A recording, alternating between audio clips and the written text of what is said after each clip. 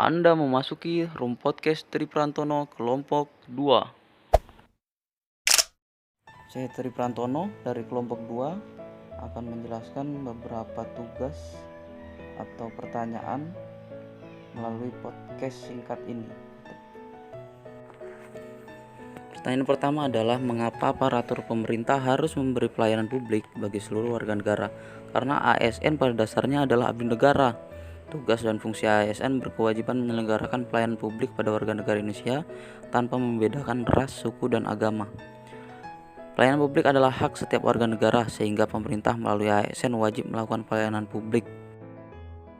Yang kedua adalah contoh barang dan jasa publik seperti 1. Tempat sampah, penerangan jalan, akses jalan yang layak, jasa penyuluhan pertanian, pelayanan kesehatan, pendidikan yang layak, dan jasa keamanan. Selanjutnya adalah mengapa monopoli membuat individu tidak dapat memperoleh barang atau jasa yang mereka butuhkan di pasar, yaitu dikarenakan sistem monopoli tersebut membuat barang dan jasa dikuasai oleh suatu kelompok atau organisasi, baik itu swasta maupun BUMN atau BUMD, yang mengakibatkan individu tidak dapat memperoleh barang jasa itu di pasar.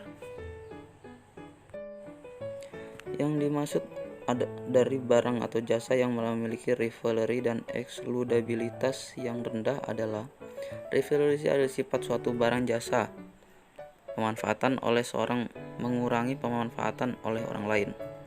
Yang kedua, eksklusibilitas adalah sifat suatu barang atau jasa yang dapat mencegah orang lain untuk memanfaatkannya. Selanjutnya yang kelima adalah apa yang Anda ketahui tentang consumption dalam barang jasa.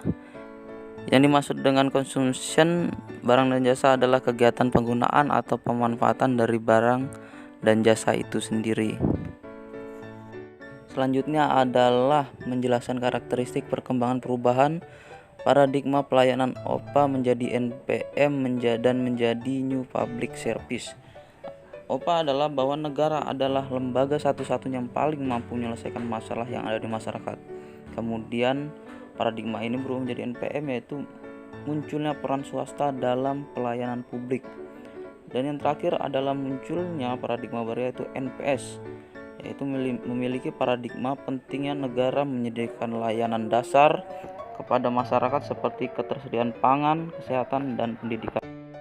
Selanjutnya adalah menjelaskan perbedaan pelayanan publik dan pelayanan privat. Apa perbedaannya? 1. Pelayanan publik adalah pelayanan berdasarkan kepentingan publik tanpa ada kepentingan individu atau golongan dan harus dilakukan secara transparan dan tidak berorientasi pada keuntungan. Adapun pelayanan privat adalah suatu pelayanan yang berorientasi pada keuntungan dan biasanya dilakukan di sektor swasta, di mana pelayanan ini dituntut untuk memenuhi selera dari setiap individu atau golongan yang menjadi pelanggannya. Selanjutnya adalah bagaimana pendapat saya sebagai seorang ASN dapat berkontribusi dalam memperbaiki pelayanan publik. Sebagai contoh saya sebagai penyuluh pertanian, tentunya saya harus terjun ke lapangan untuk melihat dan berdialog dengan petani tentang apa saja kendala mereka dalam budidaya, sehingga nantinya pelayanan saya terhadap petani bisa tepat sasaran. Selanjutnya adalah apa perbedaan etika dan etiket. Menurut saya etika adalah cara atau kebiasaan seseorang dalam melakukan hal yang baik. Adapun etiket adalah suatu tata cara yang tepat dalam bergaul dan bersosialisasi dan juga dalam memberikan pelayanan publik seperti sikap dan perilaku yang baik, ekspresi wajah, dan lain-lain. Selanjutnya adalah dasar-dasar etiket dalam pemberian pelayanan publik. Yang pertama, politeness, yaitu bersikap sopan saat menerima tamu atau melayani tamu. Yang kedua adalah respectful, yaitu menghormati pendapat orang lain, mendengarkan pendapat orang lain, dan tidak memaksakan pendapat kita sendiri. Yang ketiga, atentif, yaitu memperhatikan saat orang lain atau warga sedang melakukan konsultasi atau dan lain-lain.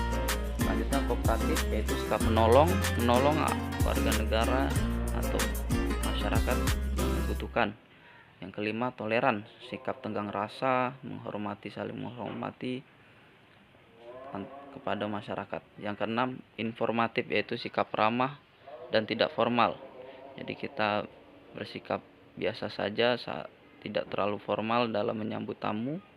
atau warga atau masyarakat. Yang terakhir adalah self control, yaitu menahan diri dari emosi. Sekian podcast dari saya.